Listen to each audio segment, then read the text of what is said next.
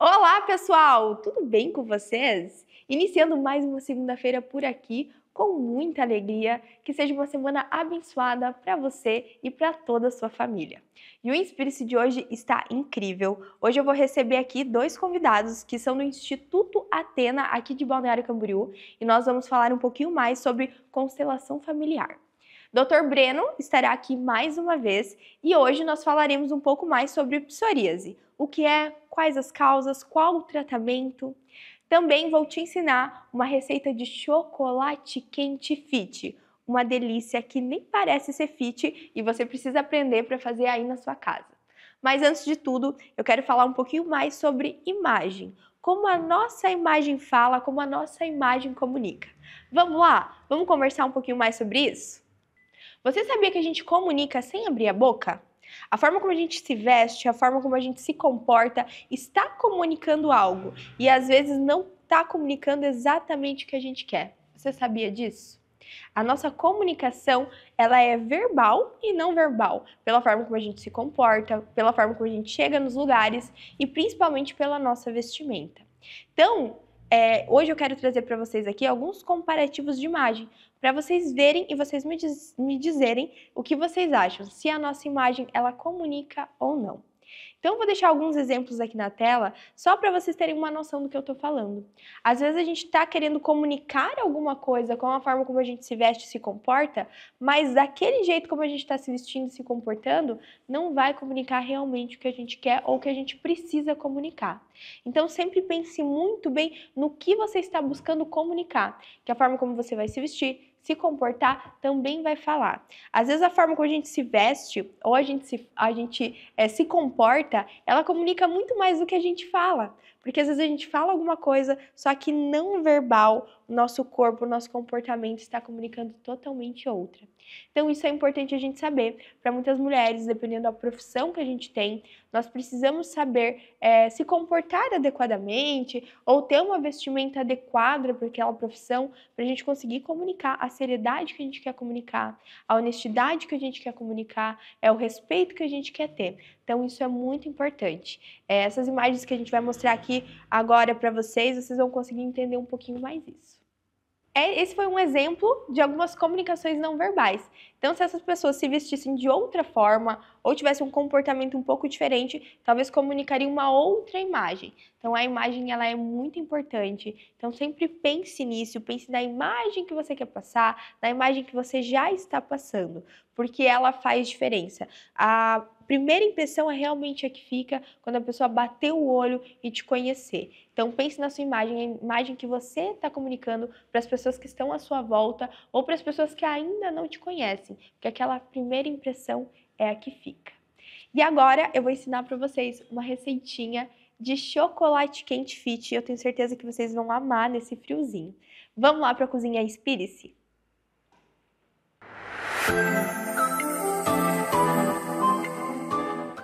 E hoje aqui no Inspire-se eu vou ensinar para vocês uma receita deliciosa de chocolate quente fit.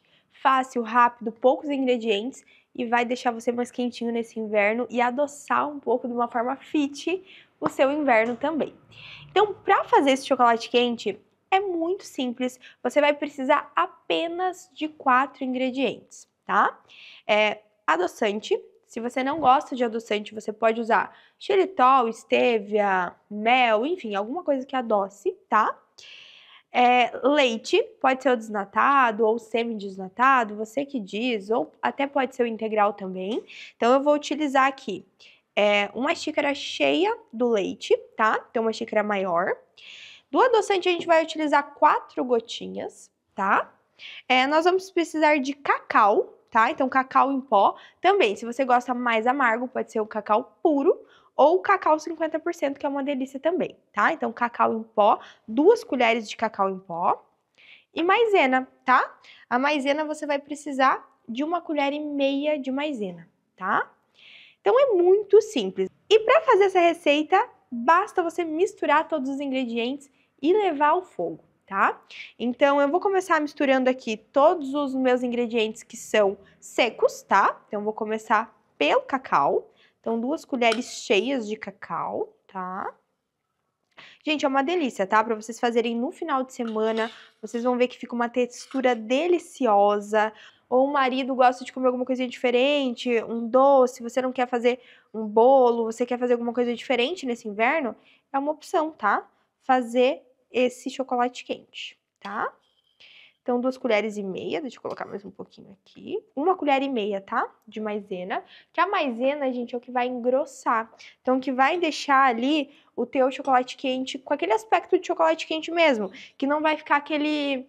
parecendo que é só um leite com achocolatado, tá? Então, você tem que colocar um pouco pra isso, pra ficar mais grosso, dar mais sustância mesmo, né? Pra deixar ali um caldo mais gostoso. Então, pega, você pode misturar bem, tá? Então já mistura bem, se formar essas bolinhas, ó, que forma aqui, você só desfaz um pouquinho essas bolinhas, tá? E aí você já vem com o leite, tá? Então eu vou usar uma medida de 1 xícara cheia de leite, tá? Aqui. E vou misturando, tá? Mistura bem, tá? Mistura, mistura. Antes de ir ao fogo, você já deixa bem misturado, tá? Vai misturando, misturando, misturando, misturando. Mistura bem. Hoje aqui eu vou usar o adoçante, tá? Mas eu gosto de fazer em casa com o mel também. Então, quem gosta de mel, quem gosta de xilitol, enfim. Você que manda com o que você quer adoçar, tá? Então, vamos misturar bem aqui. Misturei, misturei. Mistura bem. E aí tem um segredinho que eu já vou contar pra vocês, tá? Que é na hora de levar ao fogo, tá? E aí, você vem com 4 gotinhas, tá? 1, 2, 3, 4 gotinhas de adoçante. Ótimo. Mistura bem, tá?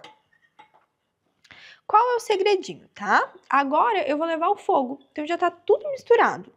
Então eu não vou colocar um fogo alto, tá? Você pode deixar um fogo mais baixo. E aí você vai misturando, tá? Você fica ali todo o tempo misturando. Você não deixa cozinhar lá sem você estar perto. Então você fica todo o tempo cozinhando em fogo baixo. Então, gente, é muito simples, tá?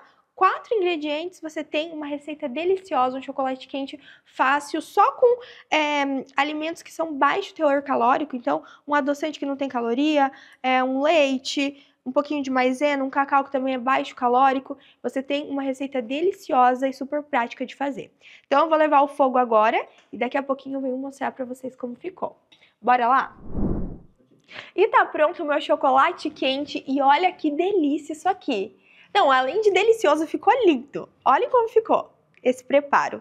A gente escolheu uma louça super especial que a gente usa aqui na clínica para servir as pacientes, que ela é num formatinho de bolsa, ó, se vocês verem, que dá todo aquele charme final. Então, além de ser gostoso, ainda acaba sendo muito bonito e muito instagramável para tirar uma fotinha, postar na rede social, enfim. E para terminar, gente, além de fazer, de deixar ele no fogo baixo, enfim, terminar de cozinhar, quando a gente monta aqui na taça, você pode montar numa taça também, se você quiser, mas quando a gente monta na xícara o chocolate quente, a gente passa um pouquinho de doce de leite aqui na borda, tá? Para dar um charmezinho, ficar um pouquinho mais bonitinho e também gostoso. O doce de leite, ele é um doce que se você está em processo de emagrecimento, você pode consumir ele sim, tá? Claro que não exageradamente, mas uma colherzinha por dia você pode, porque ele tem um volume grande, você pode consumir bastante volume, que você vai estar consumindo pouca caloria, tá? E agora eu vou provar, tá? Tava super ansiosa por esse momento. Gente, 4 ingredientes para essa coisa maravilhosa aqui é quase inacreditável, tá? Eu vou provar com a colher, tá? Mas aí você vem na sua casa, ó. O meu, ele ficou um pouquinho mais firme, tá?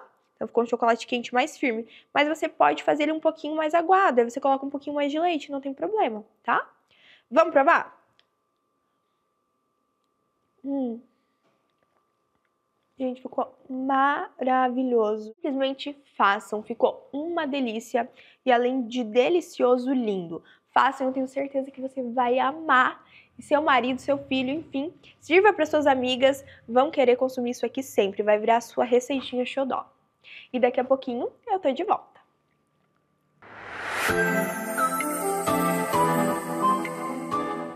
E hoje eu estou com 2 convidados aqui no Inspire-se para trazer muito conteúdo sobre saúde e sobre terapia.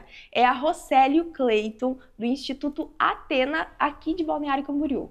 Sejam muito bem-vindos. Muito obrigada. É um prazer ter vocês aqui com a gente. Prazer é nosso. E hoje nós vamos falar um pouco mais sobre constelação familiar, é isso? Isso mesmo. Eu quero que vocês primeiro contem para nós, para o pessoal que está em casa, o que é a constelação? Porque tem muita gente que já ouviu falar, tem uma visão do que é a constelação, na verdade não sabe muito bem, e tem gente que nunca ouviu falar. Então, para o pessoal entender o que é a constelação. De maneira abrangente, né, a constelação ela é um procedimento terapêutico, né, mas também é uma filosofia, um estudo de autoconhecimento, que tem a percepção do ser humano pela vista do seu sistema familiar, do grupo do qual ele pertence, né? Então, nós sabemos que muitas questões emocionais, muitas questões psicológicas, muitas questões até de personalidade ou destino mesmo de vida de algumas pessoas, elas não são necessariamente apenas uma coisa da própria pessoa, mas é uma coisa que já é presente em todo o sistema familiar, talvez há muitas gerações. E através do procedimento da constelação familiar, nós podemos perceber alguns desses padrões que estão no sistema e a gente, trazendo isso para a consciência, pode trabalhar, pode ressignificar algumas crenças, alguns comportamentos e assim conseguir entender um pouco melhor sobre si mesmo e traçar novas metas, novos rumos para você chegar ao objetivo que você pretenda.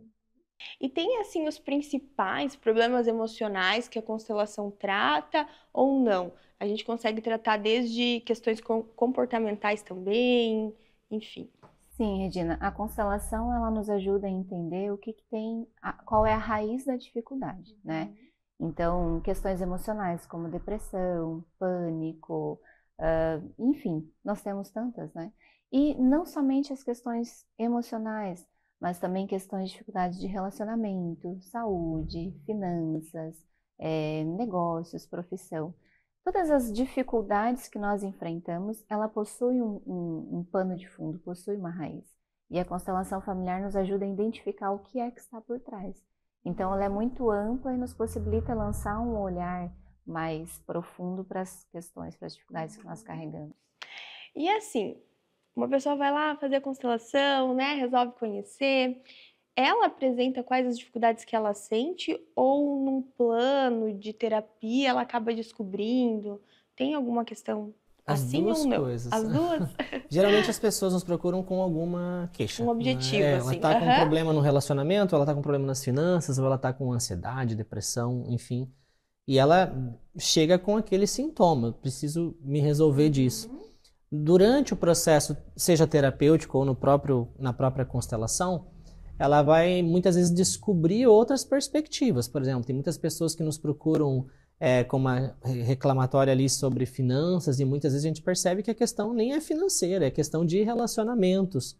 Então, muitas vezes os relacionamentos familiares ou até conjugais, eles podem trazer algum tipo de desequilíbrio emocional, consequentemente uma pessoa que esteja desestabilizada emocionalmente, ela não vai ser produtiva profissionalmente, e aí ela começa a entender, às vezes, que a raiz do problema não é exatamente aquilo que ela procurava. Então, a constelação ela pode trazer também essa nova percepção, esse entendimento, até para depois a gente dar um direcionamento terapêutico para essa pessoa. Então, ela acha, assim, entendimento de coisas que a pessoa talvez não tenha consciência, né? Sim. Algo nesse sentido. Sim, ela vai num nível de inconsciência bem profundo. E ela trabalha questões familiares, muitas vezes as nossas dificuldades é uma repetição familiar. Às vezes tem um padrão na família e a gente não percebe. E muitas pessoas passam a vida tentando entender a sua dificuldade. Tem sempre uma dificuldade de relacionamento. O dinheiro está sempre entrando e saindo ao mesmo tempo. É sempre algo muito comum, sabe? Aquela dificuldade que é sempre assim, na minha vida é sempre assim. E a gente consegue entender se esse padrão, ele vem de um sistema, de uma dificuldade do sistema familiar, ou ele vem de um trauma, de alguma dificuldade que a própria pessoa carrega. E aí ele vai mergulhando nessa jornada de autoconhecimento a partir de uma constelação familiar e tem a oportunidade de transformar a vida dele, né? Agora eu vou trazer um pouco mais pro meu mundo, então, né? Então aqui na Renove eu trabalho muito com emagrecimento e com autoestima no geral, né? mulheres e homens hoje também, o público masculino vem crescendo muito em querer se cuidar, mas assim, mais mulheres que estão em busca de emagrecer, que tem problema com a autoimagem, né? Essas queixas, por exemplo, uma pessoa que eu já tentei de tudo para emagrecer, não consegui emagrecer. Já tomei remédio, já fiz procedimento, já fiz todas as dietas do mundo, até cirurgias, e eu não emagreço. É algo que ela consegue tratar dentro de uma constelação? Sim, consegue. Consegue porque por trás da dificuldade, ela, como a gente já falou, ele vai ter um pano de fundo. E geralmente a gente observa dentro do universo das constelações familiares que a dificuldade com o peso, né, essa dificuldade da saúde, essa dificuldade com o amor próprio e a autoestima está interligado com questões familiares. Muitas vezes já vem de um trauma de infância, de uma não validação da infância, de processos traumáticos que acabam te conectando com outros padrões, outras dificuldades, e a pessoa não consegue olhar para si de uma maneira saudável. Automaticamente isso acaba refletindo na sua saúde. E na constelação familiar a gente consegue lançar esse olhar para a saúde. No caso da mulher, esse olhar para o feminino saudável, o amor próprio, a autoestima e até a segurança, né? Que acaba refletindo na dificuldade do emagrecimento também. Mas são muitos fundos. Te falo que são muitos fundos. Nossa, e a gente vê muito assim, essa questão da autoimagem, ela não é simplesmente se olhar no espelho e não se gostar, tem algo a mais por trás, né? Que é bem legal, eu acredito que seja um trabalho bem legal a se fazer também. Sim, para quem está em busca em melhorar a autoestima, enfim. Sim, com certeza. Gente, adorei conversar com vocês, viu? Nós adoramos também. Foi um prazer foi receber nosso. vocês aqui no Inspire-se. Espero que vocês tenham gostado também. E quem quiser conhecer um pouquinho mais sobre eles, um pouquinho mais do trabalho deles, a gente vai deixar aqui na tela o contato, tá? O contato e também o Instagram. Lá vocês conseguem conhecer um pouquinho mais, se conectar um pouquinho mais, entender um pouco mais sobre a constelação familiar em si. E também se quiser marcar para fazer uma terapia, né? Claro. O contato vai estar aqui, então se você tiver interesse, você pode entrar em contato com eles. Fala que você conheceu através aqui do Inspire-se. Gente, obrigada, viu? Nós agradecemos. Espero vocês mais vezes para a gente discutir mais a fundo essa questão de terapias, pessoas que querem emagrecer, reconectar com a autoimagem, enfim. Será um prazer. Obrigada, viu? Gratidão, obrigada. E daqui a pouquinho a gente está de volta.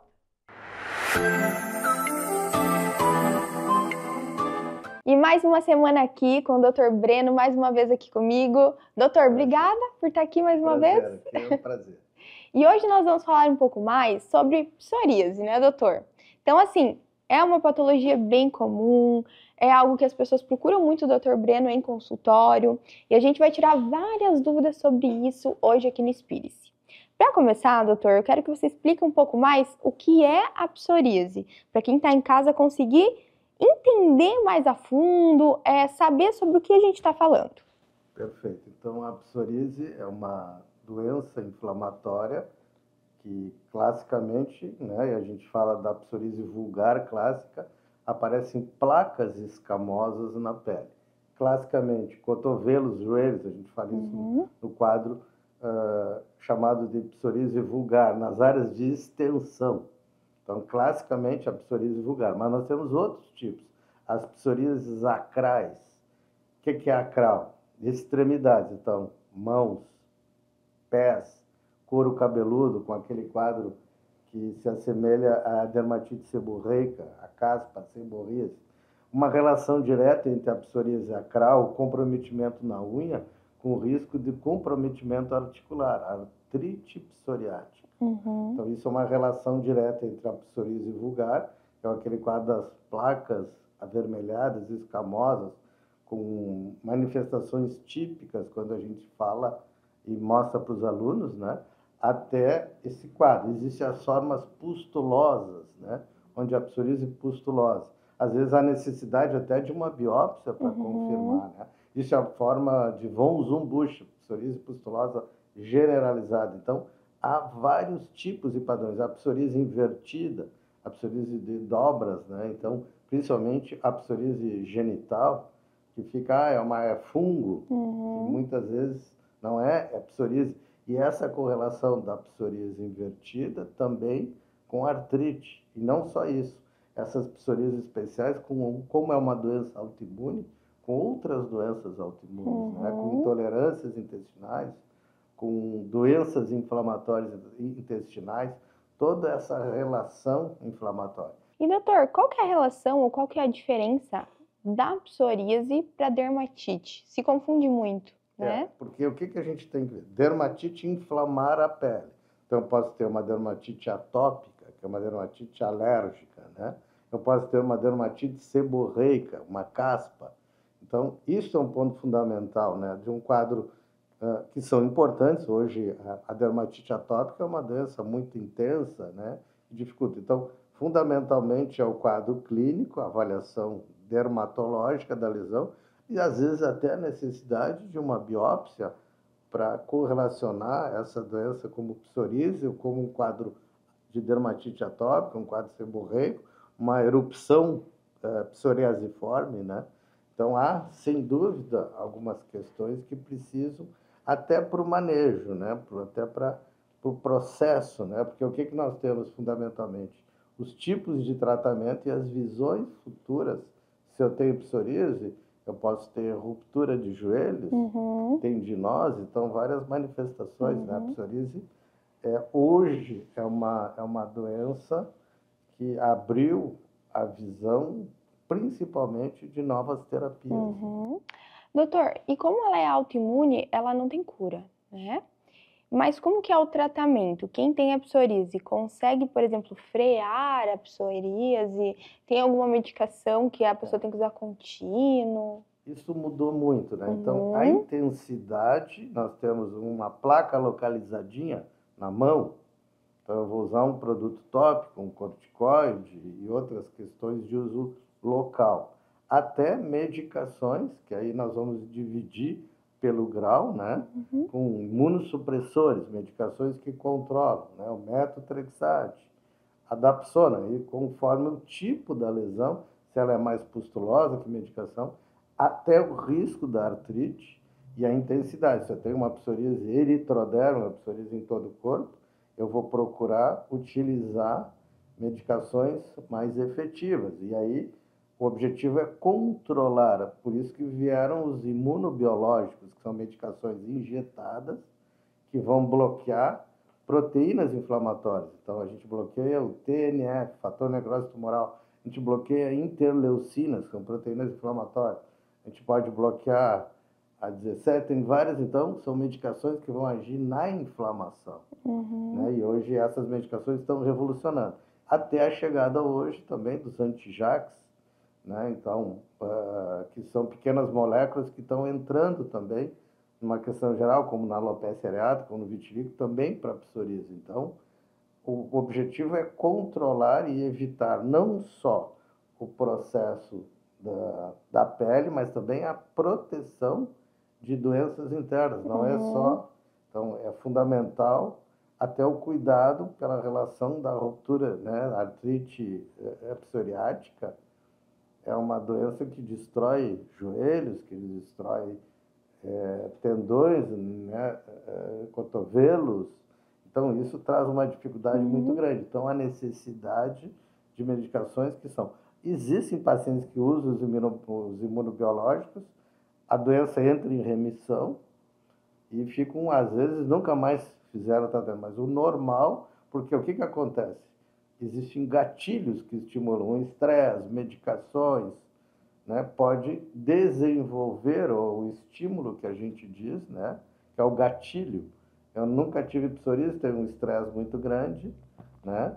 Então, isso tem a ver também, a psoríase, hoje, com a questão inflamatória. Se eu aumentar o peso, eu vou piorar a psoríase. Se eu roncar demais, eu vou, né?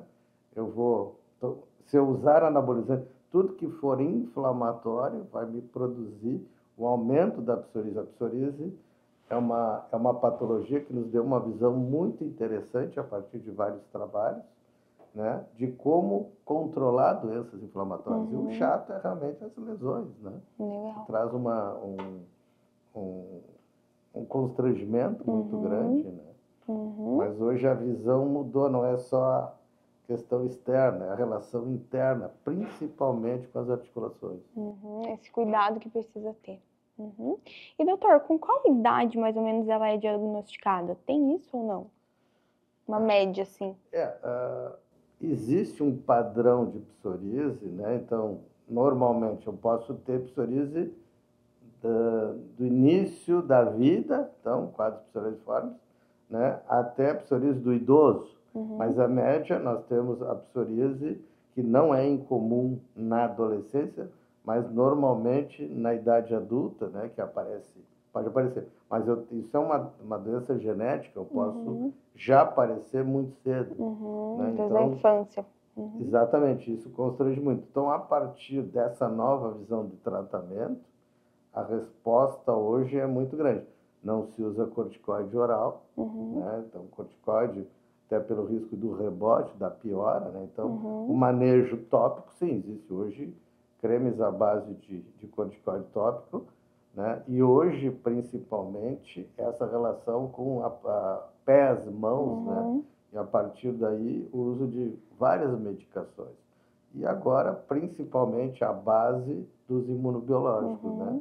As injeções que vão controlar todo esse processo inflamatório. Com muito excelente indicação e resposta. Se a gente bloquear a interleucina 23, vamos ter uma resposta fantástica, né? Como bloquear a 17, como usar os anti-TNFs. Então, a gente tem uma gama de medicações hoje extremamente efetivas. Né? A psoríase é uma doença inflamatória, não é uma doença de pele, né? É uma doença autoimune.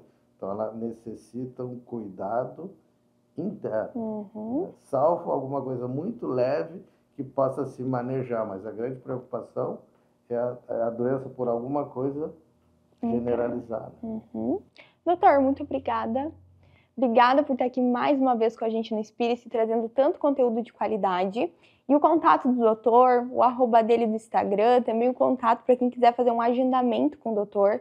Lembrando que ele atende em Itajaí e aqui em Balneário Camboriú. Então, quem quiser saber um pouco mais, tem alguma dúvida nessa parte de dermatológica ou tem alguma doença autoimune, é só entrar em contato pelo nosso contato que a gente vai deixar aqui na tela. Doutor, muito obrigada. Obrigado. Prazer ter você mais uma vez aqui. Prazer é meu, prazer é meu. E na semana que vem o doutor tá de volta aqui, viu? E daqui a pouquinho eu tô de volta também.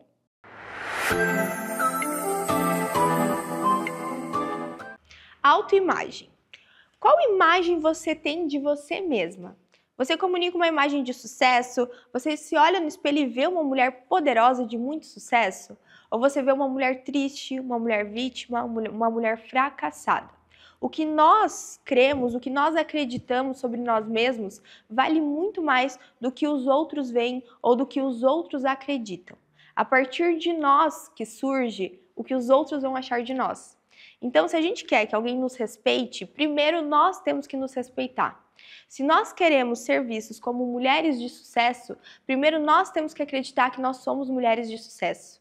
Se nós queremos ser vistas como pessoas bem posicionadas, pessoas amadas, pessoas muito bem cuidadas, nós precisamos acreditar que nós somos isso. A autoimagem, a autopercepção de nós mesmos é muito importante. Então, para pensar, o que você vem pensando sobre você mesmo? O que você está comunicando? Que você é uma pessoa inspiradora, uma pessoa especial, uma pessoa amada, uma pessoa bem cuidada, ou você está comunicando que você é uma vítima, que você não merece o que você tem, que ninguém quer saber de você, que você não merece ter sucesso, que você não precisa de sucesso? Então, o que você acredita sobre você mesmo diz muito. Então, acredite mais. Acredite em você, seja você sua principal motivação, sua principal inspiração, apesar do que os outros falam, apesar do que os outros pensam. Seja você a pessoa que acredita no seu potencial, acredita na sua inteligência, acredita no que você estuda. Porque eu tenho certeza que quando você acreditar mais em você, todos à sua volta também estarão acreditando mais em você, em tudo que você tem para mostrar e tudo que você tem para passar para as pessoas. E o Inspire-se de hoje, ele vai ficando por aqui. Eu amei estar aqui mais uma semana com vocês, trazendo muito conteúdo sobre saúde, beleza, bem-estar e entretenimento. Espero na semana que vem estar aqui mais uma vez. E lembre-se sempre, você é o seu principal bem e tem o poder de mudar a si mesma. Te encontro na semana que vem. Um beijo!